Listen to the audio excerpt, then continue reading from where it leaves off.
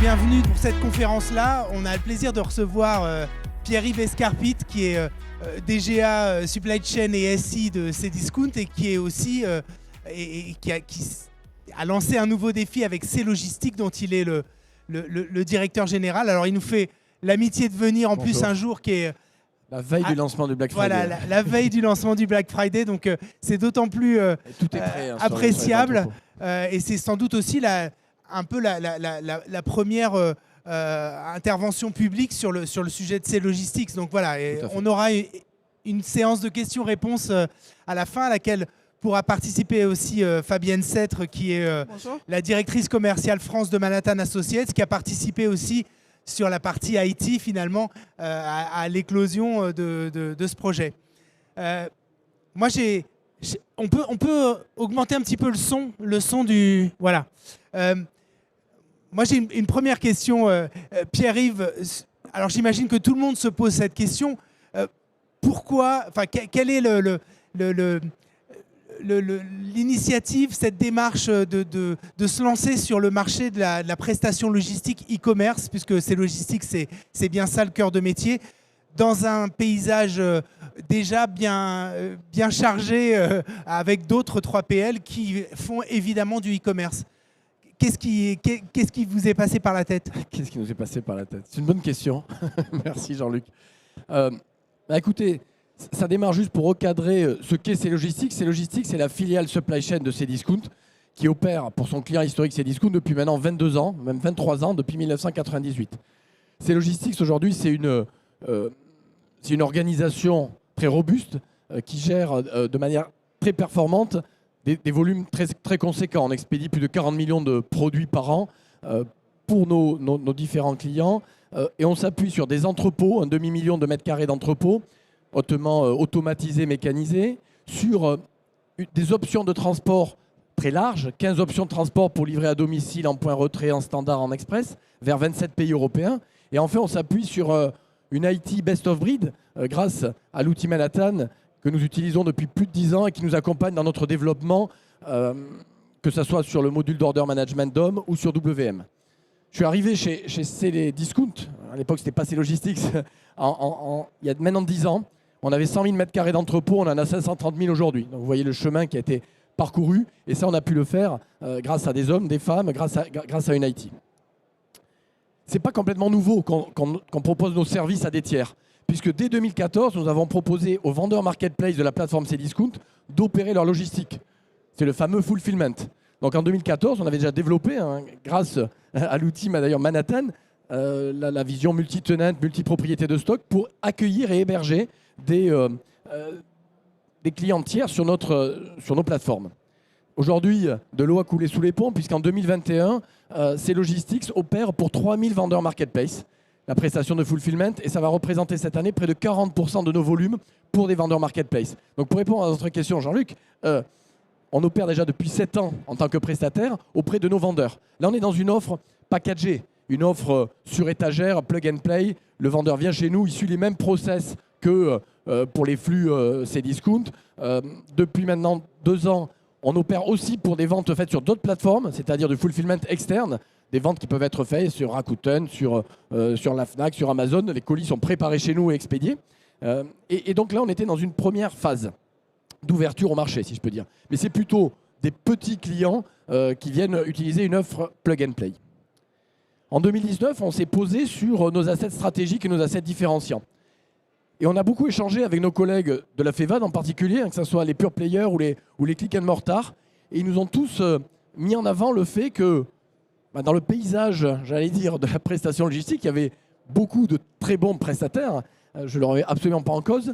Mais effectivement, sans doute, pas assez de prestataires spécialisés dans le e-commerce. Et le e-commerce, ce n'est pas juste la préparation de détail. C'est la capacité à gérer la chaîne supply de bout en bout. C'est-à-dire vraiment une approche de I3PL. C'est-à-dire faire de la logistique de détail en gérant des cut-offs, des livraisons qui doivent faire le jour même de la commande, en J+1, etc. Mais aussi piloter tout le transport avec suffisamment de transporteurs, avec une offre plug and play. Voilà. Et donc ça, c'était en 2019. Un autre élément qui est remonté du marché, puisqu'on voit tous nos collègues en tant que, et la casquette Cdiscount, du marché, ils nous ont dit on a un pain point majeur, c'est la livraison des produits encombrants à domicile. Que ça soit devant le domicile, dans la pièce du choix. Alors il y a des acteurs de messagerie qui proposent un service, mais qui est un service pas de la même qualité que la vraie livraison appelée LV1, LV2 ou LV3 avec installation. Et là, pour le coup, la plupart de nos collègues de la maison, de l'électroménager, du sport nous ont dit sur ce marché-là, il y a des acteurs, mais on attend aussi un acteur qui amènera de la digitalisation, de la qualité et une largeur d'offres. Et là, on était en 2019 et on était en train de réfléchir à ce qu'on pourrait offrir au marché. C'était le monde d'avant, ça. C'était le monde d'avant, voilà. On va y arriver, 17 mars 2020.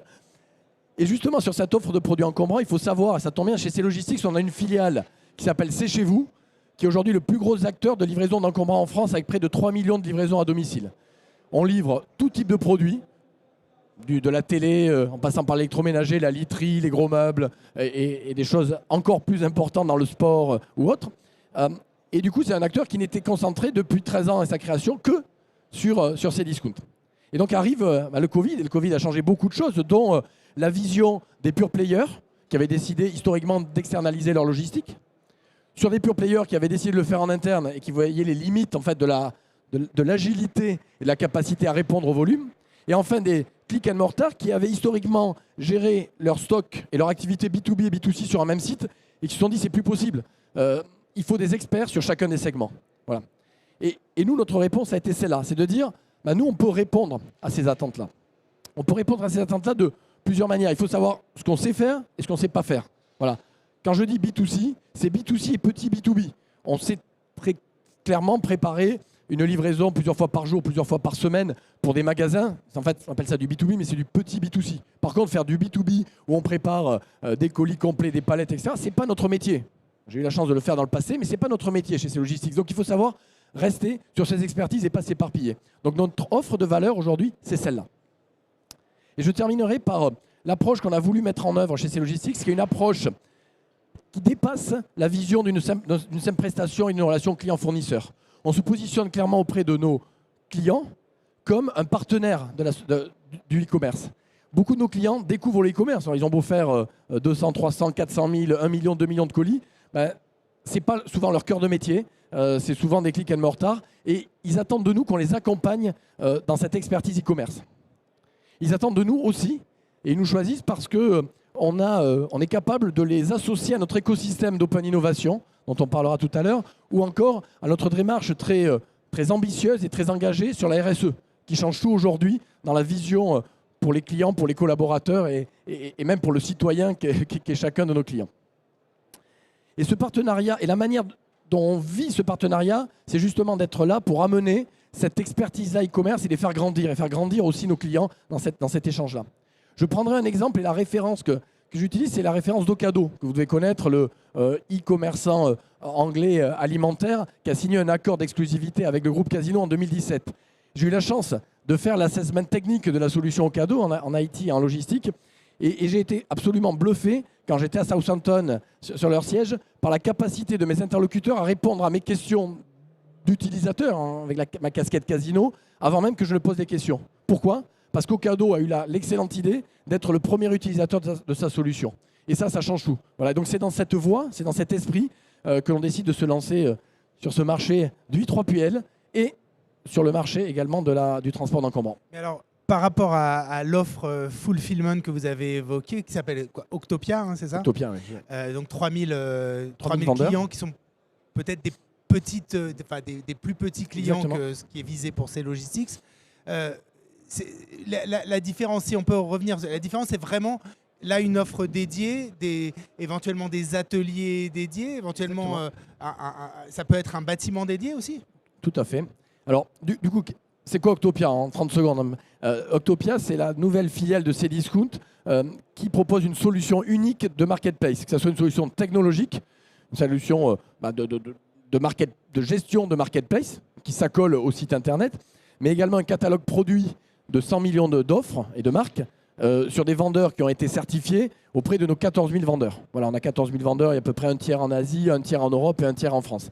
Et donc, Octopia, c'est ça. C'est ça, mais c'est aussi l'offre de fulfillment. Donc de proposer à ces vendeurs, pour profiter d'un meilleur NPS, de meilleure qualité de service, d'une agressivité économique, d'intégrer ces logistiques. Mais c'est une intégration quelque part en mode, comme je disais, plug and play. C'est-à-dire, on se cale sur les process historiques de ces discounts. On en parlera tout à l'heure, on passe dans les machines d'emballage 3D, on est dans des process standards. Et donc, ces vendeurs marketplace se calent dans les process standards. L'offre i3PL, elle est différente. L'offre i3PL, elle est totalement là pour répondre sur mesure à chacun des appels d'offres. Et donc là, on est dans un process d'appel d'offres, on n'est pas dans un process juste de plug and play. Et donc, on répond aux attentes de chacun de nos clients. Chez Cdiscount, historiquement, on n'a jamais mis de papier de soie dans les colis. On a fait des emballages cadeaux, on n'a jamais mis de papier de soie. On a la chance, depuis maintenant 1 mois, d'avoir démarré un acteur qui s'appelle Adopt, qui est une très belle chaîne de cosmétiques et de parfums française. Et avec Adopt, on a changé complètement la partie packing. Ils étaient chez un autre prestataire où on mettait du papier bulle autour des flacons, etc. On a changé complètement la vision. On a mis du papier de soie, on a mis de la frisure, on protège les produits, on parfume les produits. Donc on est dans une solution complètement sur mesure. Et c'est exactement ça que l'on va faire et que l'on fait auprès de chacun de nos clients. C'est des solutions sur mesure, soit à l'intérieur des mêmes entrepôts avec des process qui peuvent être spécifiques ou pas, soit sur des entrepôts totalement dédiés. Donc il y a quand même une logique mutualisée, mais pas forcément. Ça peut être des entrepôts dédiés selon pour un client. Les besoins du client, les attentes du client et notre capacité à répondre sur nos différents entrepôts. Ok. Et si on peut revenir aussi juste sur les différenciants avec justement les 3PL classiques qui auraient une activité e-commerce. Vous avez parlé d'open innovation. Ça, c'est vrai que c'est un peu... Il y a des 3PL qui mettent ça en avant, mais qu'est-ce que vous entendez par là? Alors, avant de revenir sur l'innovation, et je vais en parler, sur le fond des sujets, C-Logistics et C'est chez vous. Donc, C-Logistics propose une prestation de i3PL, donc de gestion globale de la chaîne logistique, stockage, préparation, livraison et gestion des éventuels litiges ou non-livraison. Cette prestation-là, elle est absolument différenciante parce qu'elle est basée sur une expertise e-commerce, sur des volumes qui sont très importants, sur une organisation d'entrepôts automatisés, mécanisés, qui permettent de stocker aujourd'hui 300 000 références, mais on pourrait en stocker 1 million assez facilement sur nos entrepôts dans les mois et les années qui viennent. Une organisation de transport très large en termes d'offres de livraison, capable aussi d'amener des backups de transporteurs. Sur chacun des modes de livraison, on a au moins 2 transporteurs. Donc en fin d'année, en cas de défaillance transporteur, on est capable de remplacer les transporteurs. On est capable aussi d'avoir des cut-offs très tardifs. Par exemple, nos clients externes aujourd'hui peuvent voir leurs commandes livrées le lendemain de toute France pour des commandes jusqu'à 16 h quand ils sont stockés sur l'entrepôt de Réau près d'ici et jusqu'à 20 h pour le grand nord de la France. Et ça, c'est très différenciant. Donc on amène la puissance d'achat, la performance en termes de qualité et de NPS. On amène aussi la capacité à animer les transporteurs. Et vraiment, pour le e-commerçant, il ne se pose pas la question d'avoir un prestataire puis d'aller chercher des transporteurs. Il délègue tout à ses logistiques et on gère l'ensemble de sa chaîne logistique. Et ça, pour le coup, c'est extrêmement différent. Tout l'écosystème, là, pour le coup. Sur C'est chez vous, qui est notre filiale de livraison de produits encombrants. Là, on est différenciant de différentes manières. La première, c'est qu'on offre une offre très complète à domicile, LV1 au pied du domicile, LV2 dans la pièce du choix, mais également de l'installation. On installe tous les produits techniques, mais on installe aussi la literie des canapés. On est capable de monter de la literie des canapés. On reprend les anciens produits, que ce soit en D3E ou en DEA. On a un asset qui est unique, qui sont des points retrait gros produits. Alors, j'ai pas vu Dieu s'écarquiller, vous auriez pu le faire, en disant, mais point retrait gros produits, mais comment ça peut marcher? Eh bien, 1 produit sur 2 aujourd'hui, sur nos 3 millions de colis, sont retirés dans des points retrait. On a 600 points retrait en France. On a quelques magasins de groupe Casino, moins d'une centaine. On a des magasins But, puisque j'en parlais tout à l'heure, c'est un de nos clients. On a d'autres chaînes de retail alimentaire. On a des garages, on a des petites plateformes logistiques. Il y a Agricoli aussi. Et on a, merci Jean-Luc, et on a surtout aussi des fermes dans les points de ruralité où on n'a pas de grands magasins. On utilise, grâce à la start-up Agricoli, on avait eu la chance d'être coup de cœur du public il y a 2 ans au roi de la supply chain, on utilise 200 fermes en France qui remettent des produits aux clients et l'offre est complètement différenciante. Le NPS est top. On permet aux agriculteurs de compléter leurs revenus de 500 à 1000 euros par mois, sachant que vous savez peut-être, mais j'ai un frère qui est agriculteur. Le salaire moyen d'un agriculteur en France aujourd'hui, c'est 800 euros par mois. Donc on crée vraiment, il n'y a rien d'innovant d'un point de vue technologique, on va dire, mais d'un point de vue RSE, c'est complètement innovant. Donc cette offre est totalement innovante et on est les seuls aujourd'hui à avoir la capacité à livrer ces 600 points. On a près de 1,5 million de colis qui vont dans ces 600 points. On offre effectivement une offre qui permet au client d'être que ce soit plus flexible. Il y va quand il veut retirer son produit. Il a une aide au chargement dans son véhicule, en particulier et aussi chez les agriculteurs qui ont des horaires décalés. Enfin, c'est le dimanche, le samedi, vous y allez quand vous voulez. Et donc, c'est une logique qu'ont utilisé beaucoup de nos premiers clients, cette offre différenciante. Les 2 derniers sujets sur C'est chez vous, c'est l'UX. L'UX, elle est totalement digitalisée. J'ai pas peur de dire qu'on a l'UX la plus digitalisée aujourd'hui en France et peut-être en Europe de la livraison de produits encombrants. Prise de rendez-vous en ligne, vous pouvez interroger directement par web service notre optimiseur de tournée OptiTime pour prendre rendez-vous en ligne. La transformation est bien meilleure. Derrière, la veille du rendez-vous, on vous envoie un créneau de 2 heures. Vous pouvez ensuite en temps réel, un peu à la mode Deliveroo, Uber, suivre la livraison du chauffeur et interagir avec lui. Et enfin, toujours dans cette même logique, la notation 5 étoiles permet de scorer les livreurs. Et donc, on a à peu près 20 à 30% des clients qui scorent, ce qui fait que sur la livraison à domicile, c'est plus de 300 000 reviews par an qui permet de faire une animation au jour le jour. Notre note aujourd'hui est supérieure à 4,8 sur 5. On est entre 4,8 et 4,85 sur 5. Sur la livraison d'encombrants, je pense que c'est ce qui se fait de mieux aujourd'hui en France. Donc ça, c'est les éléments différenciants. Mais au-delà de tout ça, il y a 2 éléments majeurs qui effectivement séduisent nos clients. C'est l'innovation. Vous l'avez peut-être vu, on a eu la chance d'être plusieurs fois roi de la supply, élu roi de la supply, 3 fois. Et donc cette innovation que l'on a mis en œuvre, que ce soit dans une POC Factory, pour les produits sur étagère, dans notre incubateur The Warehouse, qui est le premier incubateur dédié à la supply chain e-commerce qu'on a créé en 2017. Et enfin, dans de la R&D partagée, grâce à la chaire des ponts et chaussées, par exemple, qui est la chaire du futur, présidée par Fabrice Bonneau, et sur lequel on collabore avec Louis Vuitton, Michelin et Renault pour réfléchir à la supply chain du futur, que ce soit dans la mécanisation, dans la RSE, dans Honest. Je vois Yvan qui est là. On a réussi à mettre de la blockchain dans notre supply chain, Yvan Bathuron de Michelin, grâce au retour d'expérience de Renault et de Michelin. Donc je les en remercie. Donc on est vraiment dans cette open innovation et on propose à nos clients d'intégrer cet écosystème et de profiter pour leurs besoins de notre écosystème pour trouver des solutions innovantes. Et ça, c'est assez rupturiste. Mais concrètement, ça veut dire que vous leur proposez un catalogue de solutions sur lesquelles... comment vous faites pour bénéficier de cette On leur propose le catalogue de solutions quand les solutions existent. On leur propose aussi de nous donner leurs besoins. Et nos équipes innovation réfléchissent avec les startups, avec l'écosystème, à voir si on peut trouver des solutions pour ces acteurs-là. Le dernier élément très différenciant, c'est notre approche de la RSE. Pour le coup, chez C-Logistics, ça fait 10 ans qu'on est sur ces sujets-là. On n'a jamais jeté un produit, on les a tous donnés à Envie ou à Emmaüs depuis plus de 10 ans. On a été les premiers à mettre des emballages qui ajustaient la hauteur du colis en 2011 dans nos entrepôts. Et depuis, on a beaucoup travaillé sur utiliser des matériaux durables. Tous nos cartons sont recyclés et recyclables. Ils sont tous éco-labellisés. Alors je dis tous, c'est pas vrai. Sur le vin, il faut quand même une certaine résistance qui fait que sur 300 000 colis vin, là on est obligé de mettre du carton non recyclé. Mais pour le reste, tout est durable. L'encre est végétale. Même le scotch est craft et on remplit quand il le faut les produits on met du craft, on ne met jamais de plastique. Même les enveloppes à bulles ont été remplacées par du craft. Donc il y a un grand acteur du e-commerce mondial qui a annoncé que fin 2021, il arrêterait de mettre du plastique dans ses colis. C'est très bien, mais c'est un peu tard parce que nous on le fait depuis 2018. Voilà, donc, mais ils ont une puissance de communication qui est forte et beaucoup de journaux l'ont repris. Ça, c'est le premier sujet. Deuxième sujet, c'est les machines d'emballage 3 dimensions. On a développé, dans le cadre de notre innovation, on a le premier parc en Europe de machines 3D avec Quadient et avec Panotech qui permet de réduire de 30% le volume des colis. C'est ajustement du colis à la taille des produits. On réduit de 30% les consommables. On fait aussi du chargement vrac, ce qui nous a permis en 5 ans de réduire de 40% le nombre de camions sur les routes. On utilise aussi des emballages réutilisables. On a lancé le 8 novembre sur notre site l'emballage Ipli, qui est une start-up havraise.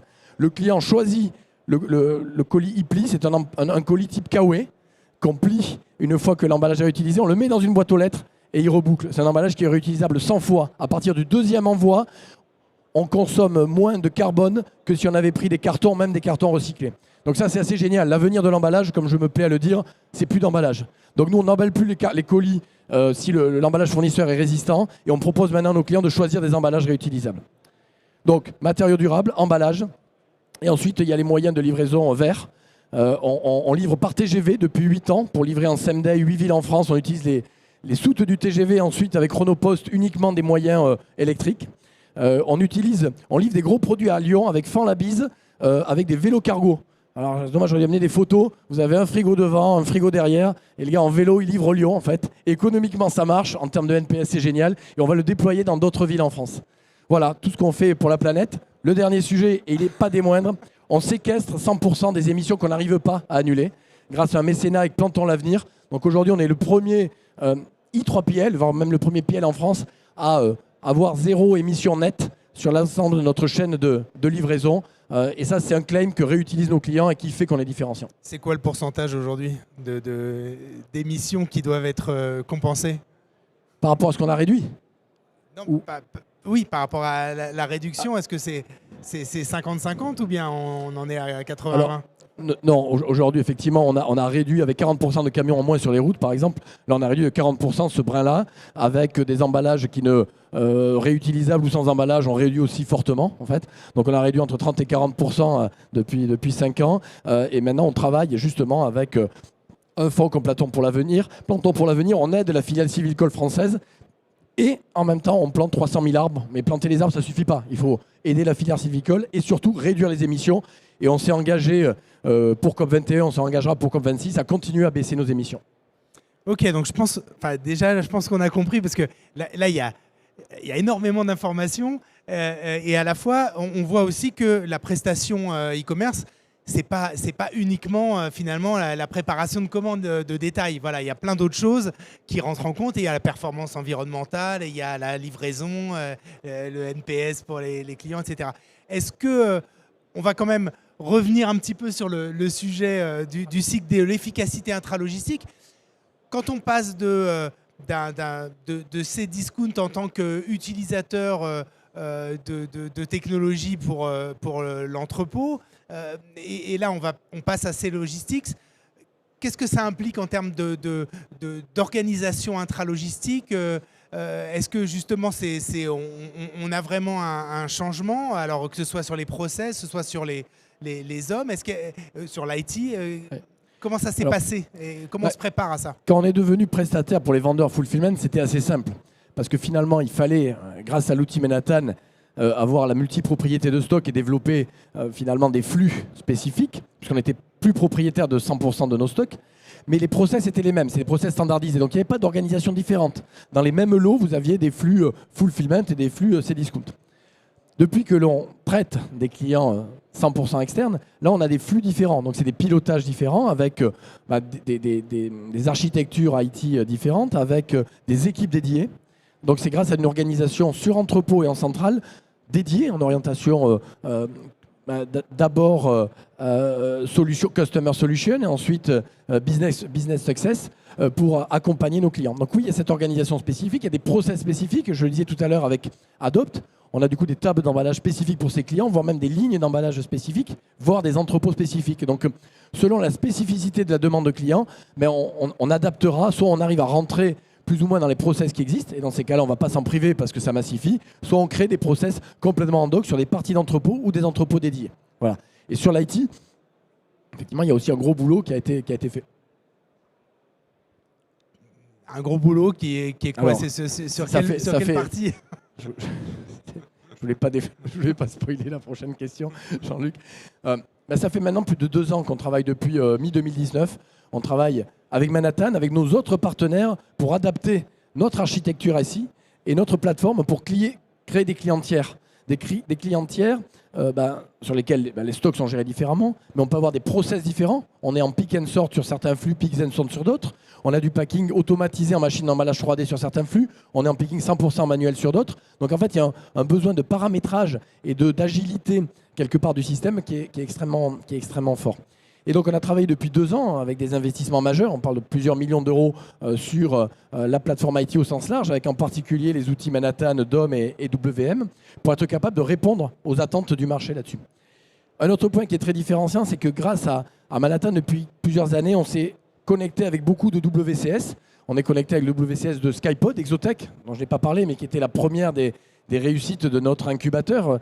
Il nous a fait gagner les rois de la supply. Première installation worldwide à Cestas depuis. Ils ont des milliers de robots partout dans le monde et je suis ravi pour Romain et Renaud. Donc ça, c'est Skypod. On s'est connecté en 2016-17 avec Manhattan. On a ensuite connecté Manhattan avec notre outil d'expédition qui est Souche, qui lui-même se connectait avec les machines d'emballage 3D, avec des bras robotisés utilisant de l'intelligence artificielle. Donc c'est aussi cette capacité à avoir construit un écosystème IT quelque part qui est extrêmement différenciant, puisqu'on propose de ça, j'allais dire presque sur étagère à nos clients, et après ils prennent ce qui les intéresse. Donc en termes d'IT, effectivement, ça a été un gros boulot, et ce boulot ne s'arrête pas là, parce qu'on a encore beaucoup, on a une roadmap très chargée avec Fabienne et les équipes Manhattan en 2022. On va continuer à investir fortement pour développer notre produit, proposer à nos clients. Et au-delà de notre produit, on fait aussi des spécifiques. Certains clients nous demandent des versions spécifiques, nous demandent des développements spécifiques. Donc on les accompagne. Et je crois pouvoir dire, mais Fabienne le dira mieux que moi, je laisserai le dire, qu'on est devenu quand même chez C-Logistic, de très bons experts de Manhattan. Des experts de la solution. Et oui, C-Logistic, les équipes sont très autonomes sur la solution Manhattan et je pense utilisent on vous entend pas bien, Fabienne, juste un peu plus près du micro. D'accord. Vous utilisez à fond les outils Manhattan, on peut le dire. C'est des outils à utiliser en mode SaaS là ou c'est en mode on-premise? On est on-premise, voilà. On est on-premise, on est assez fiers d'avoir travaillé avec Manhattan à demander des spécifiques et ces spécifiques-là, on les a vus retomber dans les versions standards. Donc on s'est dit finalement, c'était pas si bête ce qu'on a fait avec Manhattan. Donc on est ravis d'avoir aidé aussi Manhattan dans ces nouvelles versions à rendre l'outil encore plus compatible, si je peux dire, avec une activité e-commerce. Donc voilà, donc c'est un partenariat qui marche depuis 10 ans. Un éditeur américain entend aussi ses clients français. Exactement.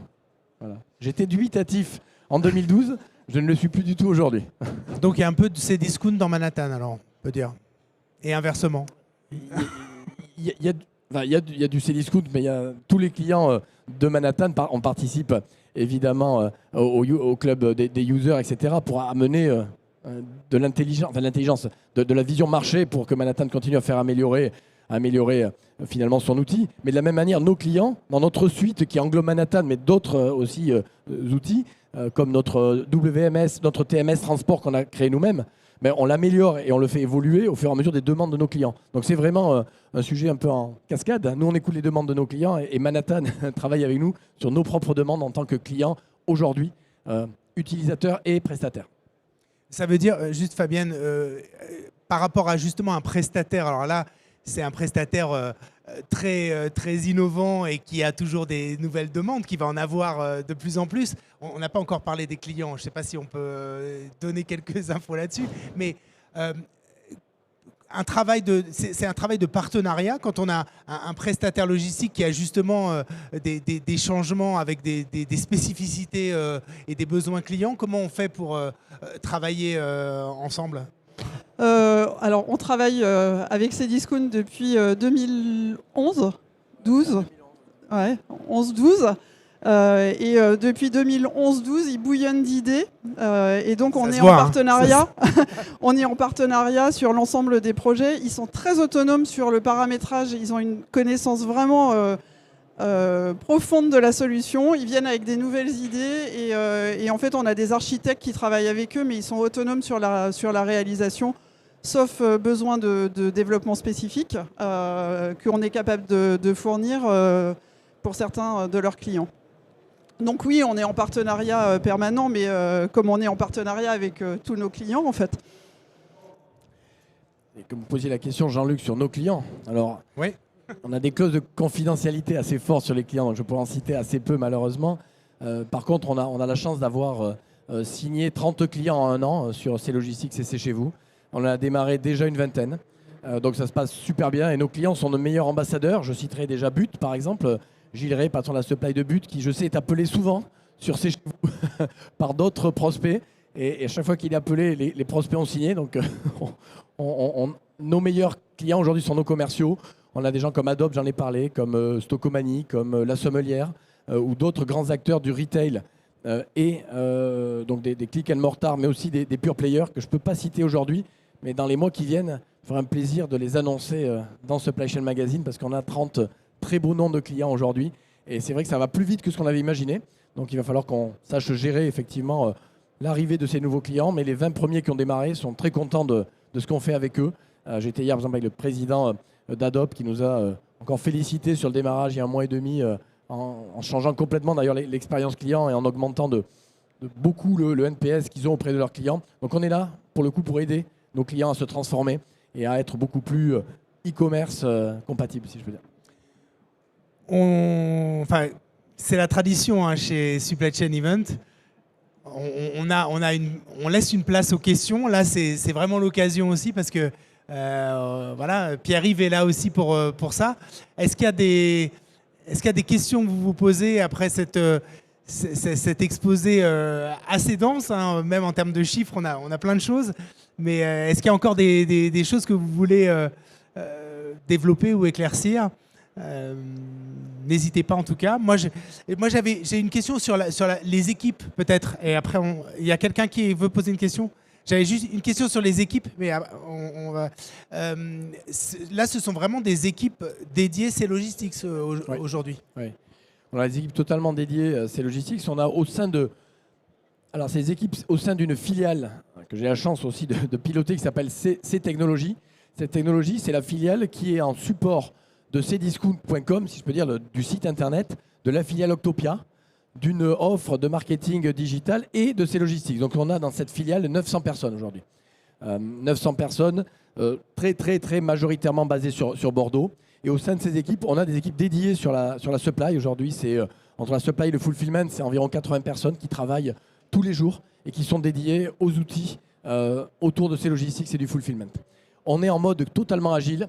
Donc interaction avec les métiers, on est passé en produit et donc on est dans une organisation PO, PM pour ceux qui connaissent, donc une organisation où le produit, justement, on se positionne un peu comme un éditeur au-dessus de nos différents éditeurs, une sorte d'éditeur d'une solution complète, en fait, IT. C'est ça qui fait la différence. Nos clients attendent qu'on leur propose une solution IT complète dans laquelle Manhattan prend une grande part, mais on a aussi notre TMS en propre, on a les WCS de nos partenaires d'automatisation, on a nos API pour se connecter aux clients. Vous avez un orchestrateur de commandes Oui, on a l'order management, en fait. On utilise DOM de Manhattan aussi, au-delà du WMS. Voilà, donc c'est effectivement une équipe qui a basculé complètement en produit pour répondre aux clients et avec une roadmap qui permet de répondre aux besoins que l'on imagine du marché, que l'on ressent du marché. Ok, on passe aux questions, on se présente s'il vous plaît. Bonjour, merci pour ce brillant exposé.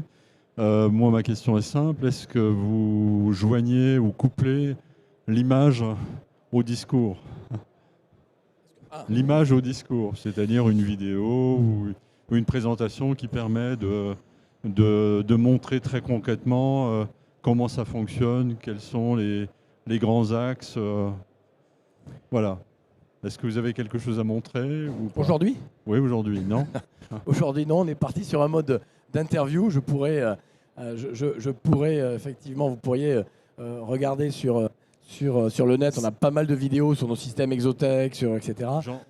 J'en ai vu quelques-unes. Ouais. Voilà, donc on n'a pas J'ai vu le cas aujourd'hui. anglais dont vous avez parlé tout à l'heure, qui est c'est très sophistiqué. Tout à fait. Je ne vais pas dire magnifique, parce que d'un autre côté, ça fait un peu peur par rapport à la problématique sociétale. Voilà. Mais d'un point de vue technologique, un chapeau à ceux qui ont créé ça. Voilà. Alors non, voilà, on est en mode interview aujourd'hui, on n'a pas amené de vidéo.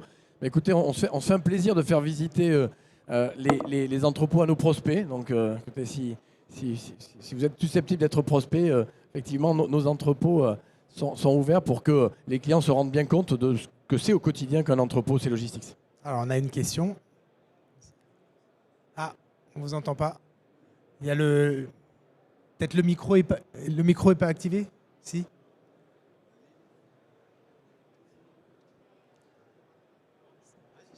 Si, il fonctionne. On me dit qu'il fonctionne. Non, on me dit qu'il fonctionne, mais il fonctionne pas. non, mais gardez. Ouais, mais c'est pas très. Bonjour, merci pour ce brillant exposé. Je voulais juste avoir votre avis en tant qu'expert sur l'avenir du dernier kilomètre. Vous pouvez vous présenter? Oui, Laurent Ponce, directeur commercial national de GSG. Comment vous voyez l'avenir du dernier kilomètre? Ça m'intéresse. Et deuxième question, pourquoi vous n'êtes pas présent avec les petites boîtes que on voit partout actuellement chez vos confrères qui se développent assez présents? Une question. Écoutez, l'avenir du dernier kilomètre, on le voit comme un équilibre entre le domicile et le point retrait, entre le standard et l'express. Au moment du Covid, il y a eu évidemment beaucoup de reports sur le domicile, parce que les gens étaient à domicile. Ça se rééquilibre aujourd'hui sur le point retrait. Je pense qu'il y a un équilibre qui va se faire selon les habitudes des clients, les moments de consommation, le besoin d'une flexibilité ou pas. Par exemple, sur ces dernières années, on a une forte croissance des points retrait express. Voilà, c'est historiquement, les points retrait express, ça ne fonctionnait pas très bien. Enfin, les volumes étaient assez limités. Les points retrait express prennent beaucoup de volume parce que ça va vite, mais c'est un point retrait, donc le client peut y aller quand il veut, il n'a pas besoin d'être à domicile. Donc, on a une orientation assez marqué vers ces points retrait express. Par contre, l'équilibre entre express et standard, entre domicile et point retrait, c'est un équilibre qu'on voit comme à peu près stable. Après, on peut se dire que le same day, par exemple, on croyait à 5-6 ans, le same day va tout changer, va tout casser, etc. Le same day, nous on le propose dans 8 villes en France. Ça marche très très bien à Paris. On fait plusieurs pourcents de nos volumes en same day depuis nos entrepôts parisiens ou bordelais. Mais ça plafonne. Là où ça plafonne beaucoup moins, c'est que sur le gros produit, on propose ça à Paris pour livrer tous les gros produits encombrants en Ile-de-France. Et là, c'est près de 30% de nos volumes qui sont choisis en same day par le client parce que c'est du remplacement de télé, de machines à laver, de frigo, etc. Donc, le same day prend des parts sur certains pans de l'activité, mais le client, on sent qu'il y a une sorte d'asymptote sur le J+1. Le client, il est aussi prêt à attendre un peu plus longtemps parce que le client est aujourd'hui plus responsable qu'il ne l'était avant. Sur la partie des lockers, c'est un vaste sujet. On a été les premiers à l'époque avec InPost, il y a maintenant quelques années, à les tester en France. Voilà. Bon, InPost avait décidé de se retirer de la France. Bon, depuis, InPost a pas mal explosé les choses, dont jusqu'au rachat de, on va dire, si je peux dire, de Mondial Relais. Donc oui, il va y avoir un développement, mais nous, on ne le développe pas en direct. On n'a pas d'organisation de transport en propre, comme notre concurrent américain. On passe par nos partenaires. Donc on utilise aujourd'hui toutes les consignes qui sont développées par nos partenaires Point Retrait, qui ouvrent des consignes, à savoir Mondial Relais, Relais Colis et Pick-up.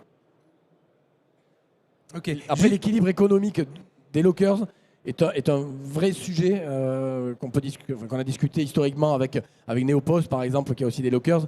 Ce sujet de l'équilibre économique du lockers est un sujet sur lequel ça méritera de regarder dans quelques années comment on gère cet équilibre-là. Juste le SMD m'a fait penser à ça, ça n'a pas forcément de rapport, mais c'est l'e-commerce, prestataire e-commerce pour tout l'e-commerce, où il y a quand même des restrictions, c'est-à-dire que vous pourriez éventuellement répondre à un appel d'offres d'e-commerce alimentaire? Non, je crois que comme je l'ai dit, le gros B2B, ça ne sera pas pour nous. Le e-commerce alimentaire, alors on est capable, si dans l'offre du e-commerçant, là on est en train de finaliser un accord avec un e-commerçant qui a beaucoup de produits techniques et qui, au-delà de ça, a quelques alcools forts ou vins à réaliser, sachant que sur le vin, on fait plus de 4 millions de calls, donc là on est un expert. Par contre, aller faire du e-commerce alimentaire, c'est un métier, c'est pas le nôtre. Voilà. Donc on n'a pas vocation à répondre à des appels d'offres de e-commerce alimentaire. Peut-être que nos amis de haut commerce, dans le groupe Casino qui utilise la technologie au cadeau, auront eux aussi vocation à s'ouvrir au marché et à proposer d'héberger des clients tiers. Voilà. C'est pas un scoop. C'est pas un scoop. C'est une projection que je fais. Une hypothèse. Ok. Ah, une autre question là, devant. Si vous pouvez vous présenter, s'il vous plaît.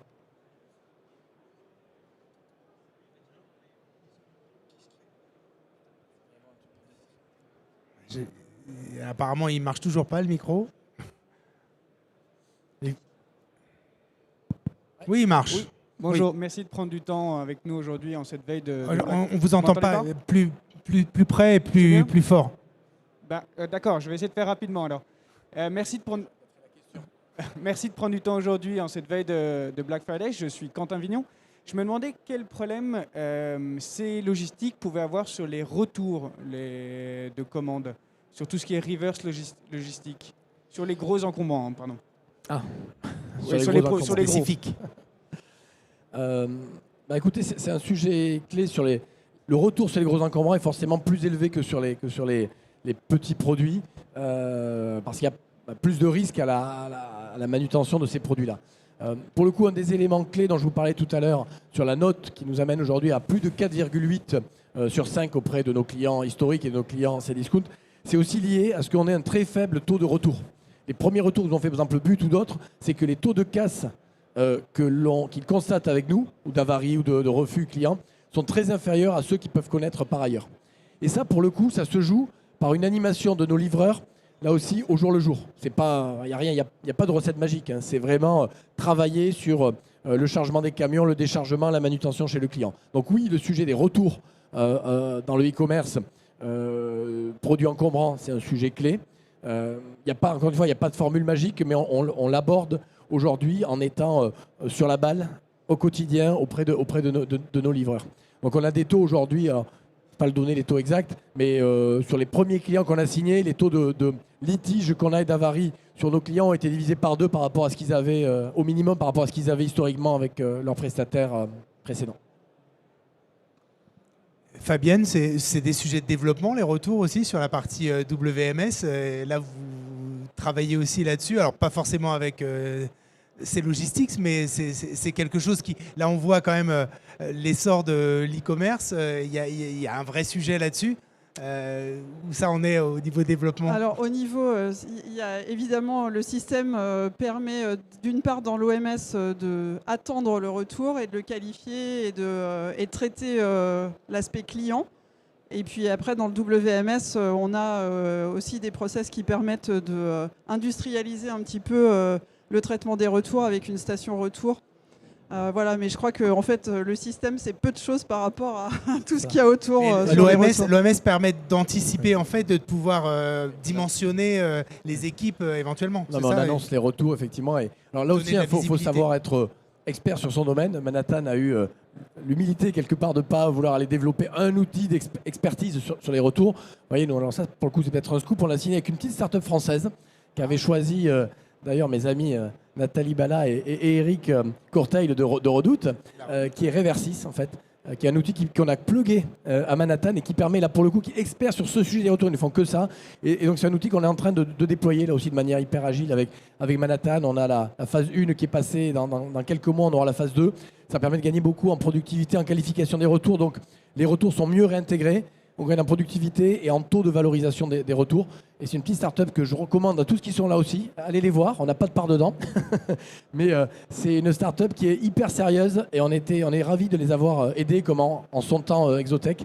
Et avec Redoute et ses logistics comme clients, je pense que voilà, ils auront un bon contrôle de référence à faire pour les prochains prospects. Et hop, un scoop. Il y a d'autres questions de la salle. Profitez-en, hein, on a encore 3 minutes dans le streaming. Il y en a une, oui. Bonjour. Parlez bien fort. Oui, bonjour. Ouais. Donc, Antoine Renaud, donc je suis acheteur transport. Donc, pour une société qui est également, un peu comme la vôtre, à plus petite échelle, basée sur le e-commerce et la distribution. Et donc ma question c'était, est-ce que vous utilisez l'intelligence artificielle pour le service après-vente transport ? Bonne question. Alors, on a dans notre incubateur, on a hébergé il y a 1 an et demi à peu près une start-up qui s'appelait Frog Labs. Alors, comme son nom l'indique, enfin en tout cas vous le comprendrez, c'était une start-up qui faisait de la prévision sur les conditions météo, en fait, voilà, pour arriver à faire des prévisions pour les glaces, les boissons, etc. Et on les a incubés parce qu'ils avaient la volonté à ce moment-là de développer une autre approche qui est une approche d'intelligence artificielle sur la livraison, de manière à pouvoir, grâce à des approches de big data, de pouvoir définir quand est-ce qu'un colis allait forcément avoir un problème et arriver en retard pour prévenir le client au plus tôt. Voilà, donc on a fait un certain nombre de tests avec nos amis de Chronopost. Bon, malheureusement, le Covid est passé par là et nos amis de Frog Labs ont décidé de se recentrer sur leur activité historique de prévision météo.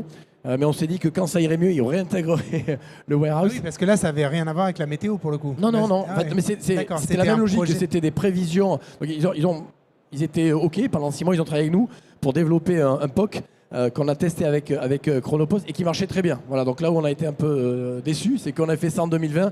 Et fin 2020, ils ont dû faire des choix stratégiques vu la situation économique qu'ils traversaient. Mais c'est des sujets auxquels on croit beaucoup. De mettre de l'intelligence artificielle pour arriver à anticiper les problèmes et travailler en interaction avec nos transporteurs là-dessus. Donc à aujourd'hui, non. Mais par contre, on est convaincu qu'il y a de la place pour de l'IA sur de la prédiction de retard, d'avarie. Dès lors que vous avez des trackings qui ne sentent pas bon, vous pouvez prévenir le client et vous ne trompez pas trop, voire le traiter en amont. Parce que ce qui est important dans la satisfaction client, ça arrive d'avoir des colis qui sont perdus par les transporteurs. Mais plus vous prenez le cas tôt, plus vous le traitez, vous renvoyez un colis au client, moins le client vous en voudra. Voilà, et donc c'est dans cette logique-là qu'on avait voulu mettre de l'IA. Et ça reste un sujet pending, donc soit avec Frog Lab, soit avec d'autres. Mais c'est un des sujets que mes équipes innovation pilotées par James Rebourg ont dans la liste de courses. On cherche une start-up. Donc si vous connaissez une start-up qui fait ça, elle peut venir postuler pour intégrer The Warehouse. Ah, là, il doit y en avoir quelques-unes des startups quand même. Alors peut-être pas dans l'assistance, je ne sais pas. Une toute dernière question éventuellement. Non. Il me reste vraiment à vous remercier mais Merci, vraiment Jean-Luc. sur cette date-là qui était pas forcément tout à meilleure. fait anticipée, pas la meilleure. Mais voilà, c'est la preuve aussi de l'efficacité de Pierre-Yves et de Cdiscount et de C-Logistics maintenant. Voilà. Je pense qu'on peut les applaudir aussi Fabienne qui a montré aussi le côté Jean-Luc. partenariat de l'IT avec C-Logistics. Merci beaucoup. Merci.